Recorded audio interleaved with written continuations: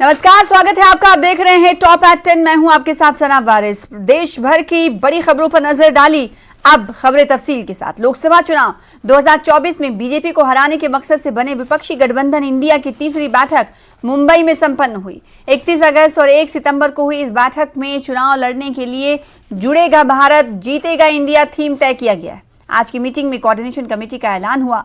मुंबई से मैसेज देने की कोशिश की गई कि हम एकजुट हैं, 2024 में हमारी जीत तय है। लेकिन बीजेपी का आरोप है कि तीसरी बैठक के बाद भी विपक्षी गठबंधन देश के लिए कोई विजन पेश नहीं कर सका। चुनाव समय के पहले भी हो सकता है कि हम सब एकजुट होकर मोदी जी को हटा के ही हम दम लेंगे। मुंबई से निकला मैसेज, इंडिया का प्लान तैयार, एकजुटता का संकल्प, सवाल हजार, चुनौतियां बेशुमार। 24 की डगर, किसका है डर? 2024 की जंग तेज होती जा रही है। एनडीए के खिलाफ इंडिया गठबंधन की मुंबई में 2 दिन की बैठक में आगे की रणनीति तय की गई। बैठक में गठबंधन के 13 सदस्यों की कोऑर्डिनेशन कमेटी का गठन हुआ। हालांकि अभी इसका कन्वीनर नहीं बनाया गया है। सूत्रों के मुताबिक मुंबई मीटिंग में इंडिया गठबंधन में रेजोल्यूशन पास किया गया, जिसमें सीट शेयरिंग से लेकर प्रचार अभियान पर चर्चा की गई। जहां तक संभव हो इंडिया के सदस्य मिलकर लड़ेंगे। सीट बंटवारे की व्यवस्था तुरंत शुरू होगी। सार्वजनिक महत्व के मुद्दों पर देश भर में रैली निकालेंगे। कई भाषाओं में जुड़ेगा इंडिया, जीतेगा इंडिया थीम से अभियान चलाएंगे। मीटिंग के बाद कांग्रेस अध्यक्ष मल्लिकार्जुन खड़गे ने आरोप लगाया कि केंद्र सरकार ने गरीबों से चोरी करके लाखों करोड़ कमाए। ईडी सीबीआई का दुरुपयोग हो रहा है। खड़गे ने बड़ा आरोप लगाया कि देश तानाशाही की तरफ जा रहा है, लेकिन हम डरेंगे नहीं। ये देश चलाने की रीत नहीं है। ये आहिस्ता आहिस्ता डिक्टेटरशिप की तरफ जा रहे हैं। लोगों को नहीं दिखना वो पूरा, लेकिन सीएजी रिपोर्ट में दिखाया है कितने करोड़ घपले हो गए हैं। तो उनका करप्शन इनविजिबल है और वो हमेशा अपनी बात ये कहते हैं कि मैं किसी को न खाऊंगा न किसी को खाने दूंगा। लेकिन खाने तो सबको दे रहे हैं, अपने को जो चाहते हैं उनको तो दे रहे हैं, लेकिन लोगों को भूखे मार रहे हैं, लोगों को कुछ नहीं दे रहे। तो इसके लिए हम आवाज उठाए और उसके तहत हम काम करना है। आगे भी हमारी कहाँ मीटिंग होगी हम तय करने वाले हैं। जल्द से जल्द वो भी मीटिंग होगी और बाकी के जो विषय हम आपके सामने रखे हैं मुद्दे, उनके ऊपर हम लड़ते रहेंगे। वो डराने की कोशिश करते हैं, हम डरेंगे नहीं, ये हमारा वायदा है। कांग्रेस के पूर्व अध्यक्ष राहुल गांधी ने कहा कि अगर सब एकजुट रहते हैं तो बीजेपी का जीतना नामुमकिन है। गठबंधन में आपसी रिश्ते मजबूत हुए हैं। 2 मीटिंग में यह साबित हो गया कि आपसी मतभेद दूर करके साथ काम किया जा सकता है। I can see that there is flexibility among all the leaders in the way we are approaching things. There are differences, of course, but I am extremely impressed by the way those differences are minimized and ironed out. Bihar के मुख्यमंत्री नीतीश कुमार ने कहा है कि ये लोग देश के इतिहास को बदलना चाहते हैं, लेकिन हम सब मिलकर ऐसा नहीं होने देंगे। नीतीश ने एक बार फिर कहा कि लोकसभा चुनाव समय से पहले भी हो सकते हैं, इसीलिए अब सब काम पर लगेंगे। आप समझ लीजिए कि जितनी पार्टियां एकजुट होकर के काम कर रही हैं, तो आप अच्छी तरह जान लीजिए कि अब इसी का नतीजा होगा कि अभी जो केंद्र में हैं अब वो हारेंगे, अब वो जाएंगे, ये पक्का जान लीजिए। अब तो हम यही चाहते हैं कि अब तेजी से काम हो। तो आज ही तय कर लिया है लोगों ने कि अब तेजी से हम लोग अभी से शुरू कर देंगे। अब कोई ठिकाना नहीं है। चुनाव समय के पहले भी हो सकता है, कोई ठीक नहीं है। इसलिए हम लोगों को भी तो अलर्ट रहना पड़ेगा। दिल्ली के मुख्यमंत्री अरविंद केजरीवाल ने कहा कि इंडिया गठबंधन से एनडीए घबरा रहा है। अब गठबंधन तोड़ने में बड़ी बड़ी ताकतें लग जाएंगी। केजरीवाल ने कहा कि इंडिया गठबंधन के किसी भी सदस्य को कोई पद नहीं चाहिए।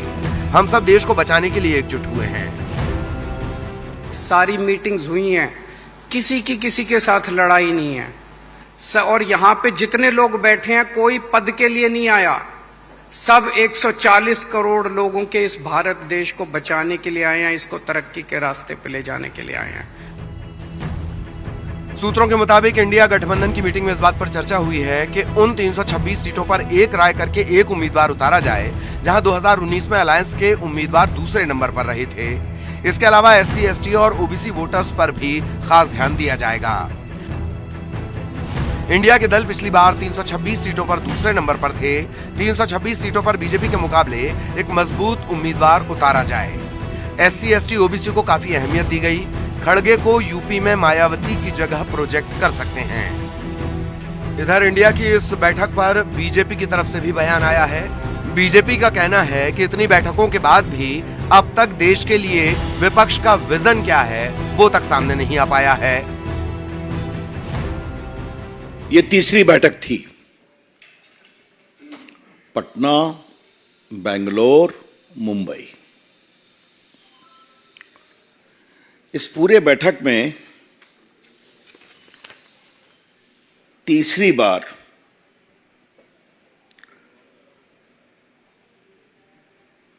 क्या आपको भारत का कोई विजन दिखाई पड़ा?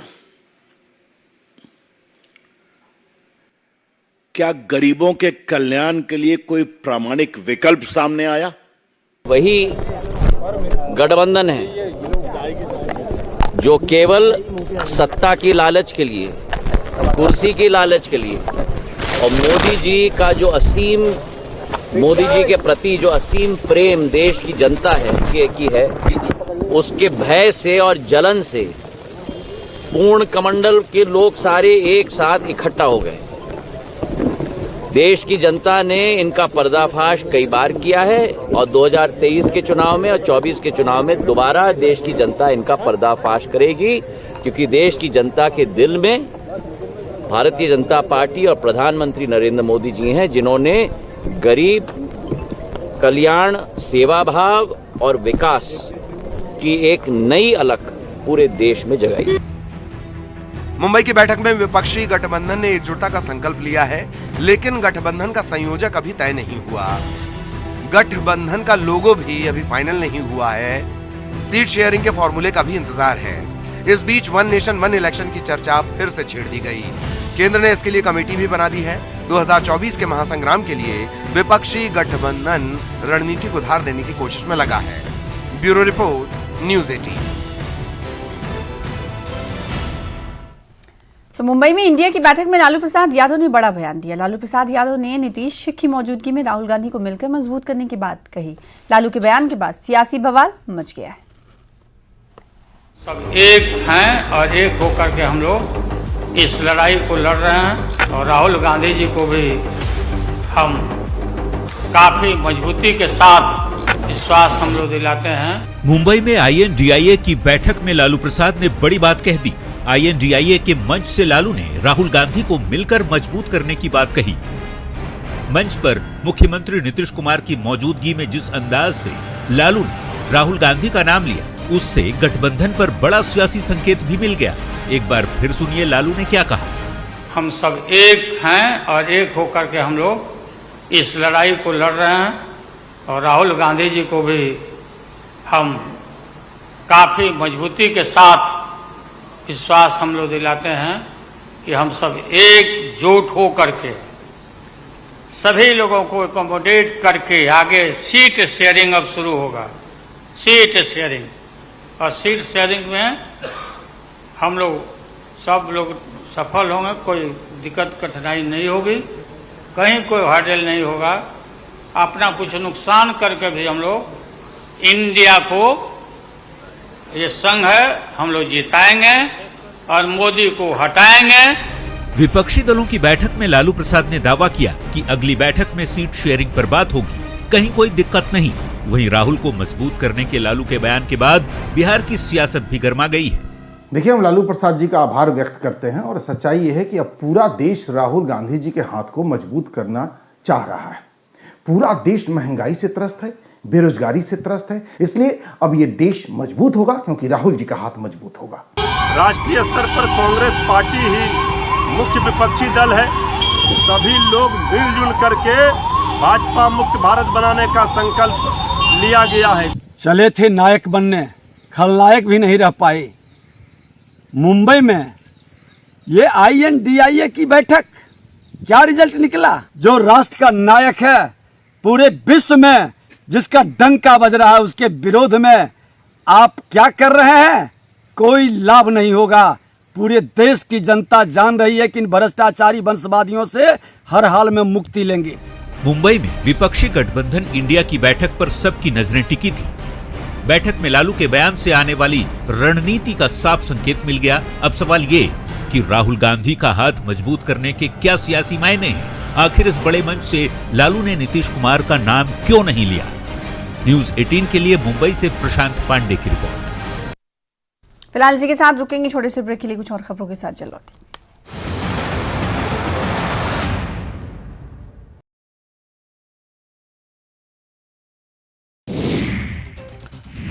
CPS नियुक्ति को चुनौती देने के मामले में 18 सितंबर को होगी अगली सुनवाई।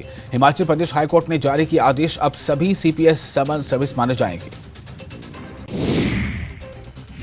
छात्रवृत्ति घोटाले में ईडी की बड़ी कार्रवाई। ईडी ने हिमाचल से 4 लोगों को किया गिरफ्तार। आरोपियों को 5 दिन के ईडी रिमांड पर भेजा गया। ईडी ने 31 मार्च 2022 को 4 करोड़ 42 लाख रुपए किए थे अटैच। CBI पहले से कर रही है मामले की जांच।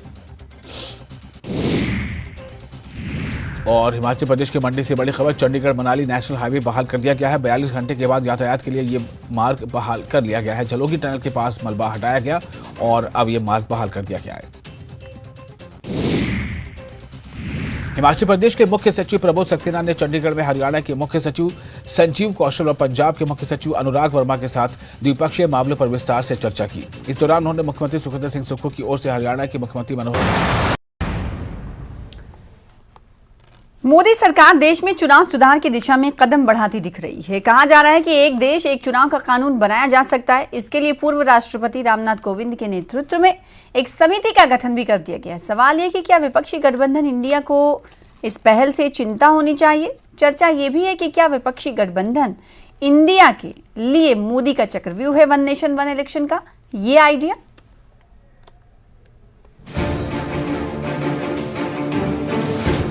वन नेशन वन इलेक्शन को लेकर केंद्र सरकार ने बड़ा फैसला लिया है।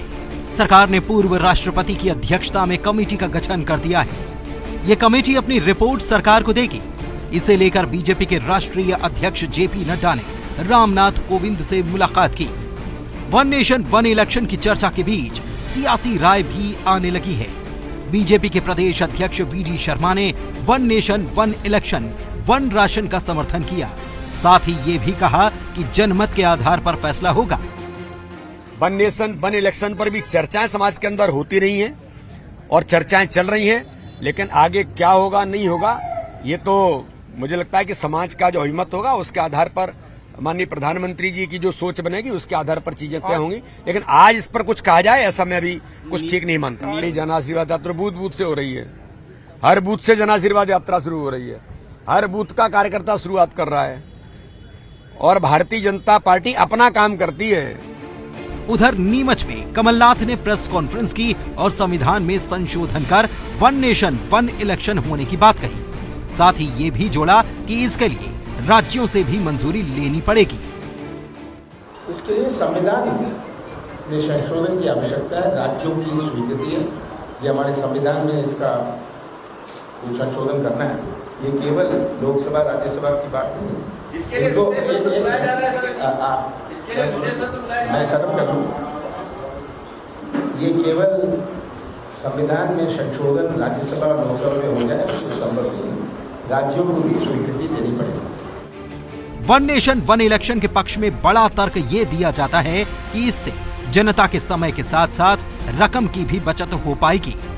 खास बात यह भी कि कुछ इफ और कुछ बट के बीच देश के सभी राजनीतिक दल भी इसका समर्थन करते हैं। ऐसे में केंद्र के उठाए गए कदम पर आने वाले समय पर सियासी दलों का क्या रुख रहता है ये देखना होगा। Bureau report, news 18। आगे बढ़ेंगे। झारखंड के मुख्यमंत्री हेमंत सोरेन को ईडी ने तीसरा समन जारी किया है। इससे झारखंड की सियासत फिर गर्मा गई है। हालांकि जेएमएम और कांग्रेस को सुप्रीम कोर्ट के फैसले से बड़ी उम्मीदें। झारखंड के सीएम हेमंत सोरेन को ईडी ने तीसरा समन जारी किया है। सूत्रों के मुताबिक ताजा समन के जरिए मुख्यमंत्री को 9 सितंबर को हाजिर होने को कहा गया है। ऐसे में झारखंड की सियासत में एक बार फिर भूचाल मच गया है। अब सबकी निगाहें मुख्यमंत्री हेमंत सोरेन के अगले कदम पर टिकी हुई हैं। सबके मन में यही सवाल है कि क्या इस बार ईडी के सवालों का जवाब देने के लिए सीएम जांच एजेंसी के दफ्तर जाएंगे। हालांकि कांग्रेस ने इसे बीजेपी की साजिश करार दिया है। और ईडी से हमें डर नहीं है। ठीक है, ईडी का बुलावा आया है, माननीय सर्वोच्च न्यायालय का दरवाजा भी हम लोगों ने खटखटाया है। न्यायालय पर हम लोगों को पूर्ण विश्वास है। न्यायालय हम लोगों के साथ न्याय करेगी और ये हम लोगों को पूर्ण भरोसा भी है और विश्वास भी है। जिस तरह से प्रताड़ित और परेशान किया जा रहा है, हम तो न्यायालय के शरण में गए हैं। हमें पूरा विश्वास है न्यायालय से हमें न्याय मिलेगा। और अगर रिलीफ नहीं मिलता है, जिसकी संभावना कम है, रिलीफ मिलेगा, निश्चित तौर पर मिलेगा। और न्यायालय का जो भी आदेश होगा वो सराखों पर। प्रवर्तन निदेशालय ने पहला समन जारी कर सीएम हेमंत सोरेन को 14 अगस्त को बुलाया था। तब मुख्यमंत्री ने जवाबी पत्र भेजकर कानूनी कार्रवाई करने की बात कही थी। पर कुछ दिन बाद ईडी ने दूसरा समन जारी किया और मुख्यमंत्री को 24 अगस्त को हाजिर होने को कहा। जवाब में सीएम की ओर से उसी दिन सुप्रीम कोर्ट में रिट पिटीशन दायर किया गया, पर अब तक इस पर सुनवाई नहीं हो सकी है। हालांकि ईडी ने भी पहले से कैविएट दायर कर रखा है। अब एक बार फिर प्रवर्तन निदेशालय ने तीसरा समन जारी कर सीएम हेमंत सोरेन को 9 सितंबर को हाजिर होने को कहा है। बीजेपी ने सवाल किया है कि सीएम ईडी के सवालों से क्यों भाग रहे हैं। ये भाग रहे हैं, ये भागना ये इस बात का परिचायक है कि हेमंत सोरेन जी कहीं न कहीं जो गंभीर आर्थिक आरोपों से घिरे हुए हैं उससे बचने के लिए भाग रहे हैं और ये चर्चाएं आम हैं। पिछले 15 दिनों के दौरान मुख्यमंत्री हेमंत सोरेन को ईडी की ओर से एक के बाद एक 3 समन जारी हो चुके हैं। इसमें से 2 बार तो मुख्यमंत्री ईडी दफ्तर नहीं पहुंचे। अब तीसरे समन पर सीएम का रुख क्या होता है, इस पर सबकी नजरें टिकी हैं। यह भी देखना होगा कि क्या इस बीच जो 9 सितंबर का समय जो जानकारी आ रही है, इस बीच जो सुप्रीम कोर्ट में रिट पिटीशन दायर किया गया है उसमें कोई सुनवाई होती है या नहीं, और अगर होती है तो उसका क्या फैसला आता है। कैमरा पर्सन प्रभाकर के साथ अविनाश कुमार, न्यूज 18 रांची। और अब बात चांद की। चांद के बाद मिशन सूर्य की। जी हां, चांद की बात। अब भारत मिशन सूर्य के लिए मिशन के लिए पूरी तरीके से तैयार है। आदित्य L1 इसका नाम दिया गया है, जैसा कि आपको पता है। तो आदित्य L1 मिशन के लॉन्च का काउंटडाउन शुरू हो चुका है। इस मिशन का क्या है लक्ष्य, आइए आपको बताते हैं।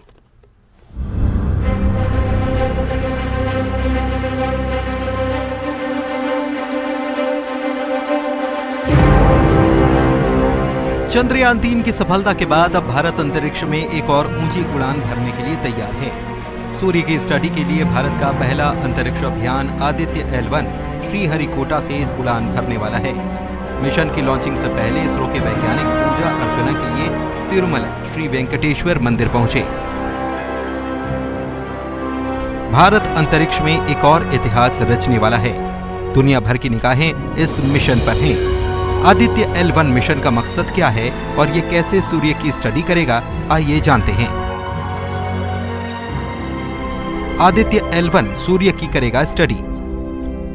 सूर्य की स्टडी के लिए भारत का पहला अंतरिक्ष आधारित मिशन है ये। लैंग्रेज पॉइंट 1 में स्थापित किया जाएगा आदित्य L1। धरती से 15 लाख किलोमीटर दूर है लैंग्रेज पॉइंट 1। लैंग्रेज पॉइंट 1 से सूर्य की स्टडी के कई फायदे हैं। सूर्य पर लगातार नजर रखने में मदद मिल पाएगी। आदित्य L1 में है 7 पेलोड। सूर्य के फोटोस्फीयर, क्रोमोस्फीयर और बाह्य परतों की स्टडी की जाएगी। इलेक्ट्रोमैग्नेटिक पार्टिकल और मैग्नेटिक फील्ड डिटेक्टर से स्टडी की जाएगी।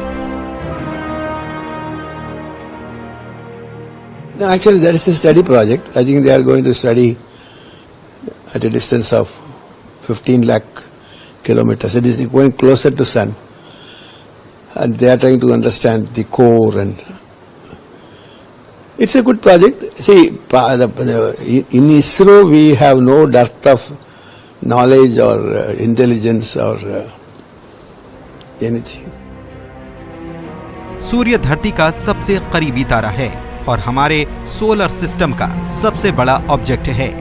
सूर्य की स्टडी से मिल्की वे के तारों की ज्यादा जानकारी जुटाई जा सकती है, लेकिन ये स्टडी धरती पर रहकर नहीं की जा सकती।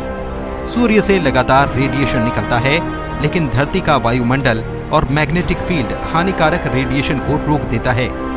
ऐसे में सूर्य की स्टडी के लिए अंतरिक्ष में जाना जरूरी है। इसके अलावा सोलर विंड और सौर हवाएं अंतरिक्ष में कैसे ट्रैवल करती हैं, ये जानने के लिए भी धरती के मैग्नेटिक फील्ड से बाहर निकलना जरूरी है। इसी उद्देश्य से भारत अंतरिक्ष आधारित आदित्य L1 मिशन भेज रहा है, जो अंतरिक्ष में रहकर सूर्य से जुड़ी जानकारी जुटाएगा। सन के आउटर लेयर को, कोरोना लेयर जिसे कहते हैं, उसको ऑब्जर्व करेगा।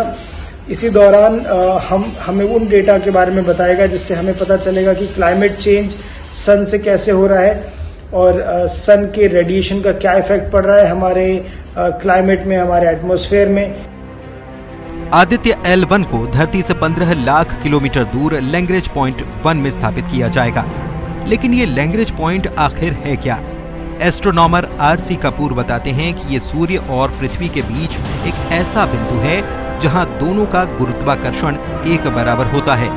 यहां से कोई भी यान सूर्य का उसी कोणीय गति से चक्कर लगाएगा जिस गति से पृथ्वी सूर्य का चक्कर लगाती है। यहां से आदित्य L1 बिना किसी ग्रहण के लगातार सूर्य की स्टडी कर पाएगा। आदित्य L1 को लैग्रेंज पॉइंट को ध्यान में रखकर तैयार किया गया है। आदित्य L1 में अनेक उपकरण हैं जो कि विभिन्न संस्थानों का योगदान है। इनके जरिए सूर्य से आते हुए विकिरण, एक्स किरणें और ऊर्जावान कणों का अध्ययन होना है। सूर्य का जो कोरोना है वो अंतरिक्ष में फैलता जाता है, जिसको कि हम सोलर विंड के रूप में जानते हैं। सोलर विंड का अध्ययन होगा और इन सब के जरिए एक किस्म से हम पृथ्वी के आसपास के परिवेश में स्पेस वेदर को हम जान पाएंगे। और बहुत सी चीज़ों के लिए जो है हमें इतनी दूर जाना चाहिए जहाँ पर कि पृथ्वी का चुंबकीय क्षेत्र जो है वो उससे हम दूर हों, ताकि जो सूर्य से आने वाले ऊर्जावान कण हैं उनका हम समुचित तरीके से अध्ययन कर सकें। चंद्रयान 3 की सफलता के बाद पीएम मोदी ने सूर्य मिशन की घोषणा की थी और अब आदित्य L1 मिशन अंतरिक्ष में जाने के लिए तैयार है। इस मिशन के जरिए भारतीय वैज्ञानिक एक बार फिर अपनी क्षमता और काबिलियत बताएंगे। अंतरिक्ष में भारत की एक और उपलब्धि का काउंटडाउन जारी है। Bureau report, news 18।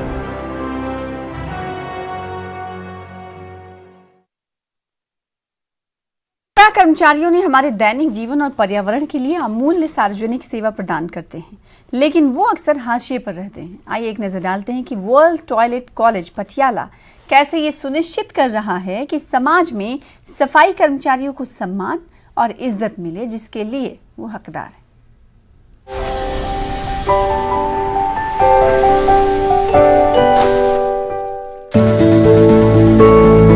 पटियाला के 60 स्कूलों के 1000 से ज्यादा स्टूडेंट्स के लिए ये स्वच्छता वैन और बाइक नई जीवन रेखा है।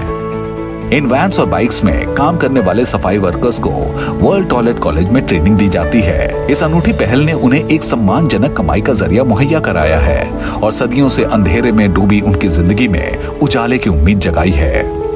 जैसे मैं पहले काम करता था, वहाँ पर हर कोई ये चल यहाँ नहीं आना, जहाँ से निकल, यहाँ से निकल, कोई हर अच्छी निगाह से नहीं देखता था, गंदी निगाह से देखता था कि यहाँ पर कुछ करना ले, ये कुछ उठाना ले तो धक्के मारकर चल यहाँ नहीं आना, जहाँ नहीं आना।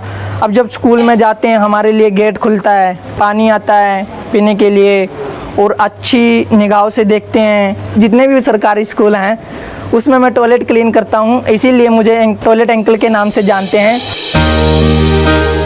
वर्ल्ड टॉयलेट कॉलेज एक ऐसा वर्कफोर्स तैयार कर रहा है जिसके पास सैनिटेशन एक्सपर्टीज है। वो स्वच्छता को बढ़ावा देता है और स्वच्छता के क्षेत्र में एक बिहेवियरल चेंज ला रहा है। वर्ल्ड टॉयलेट कॉलेज में ये 5 दिनों की ट्रेनिंग न केवल इन सफाई कर्मचारियों को नए स्किल सिखाने का मौका देती है, बल्कि उन्हें प्लेसमेंट दिलाने में भी मदद करता है।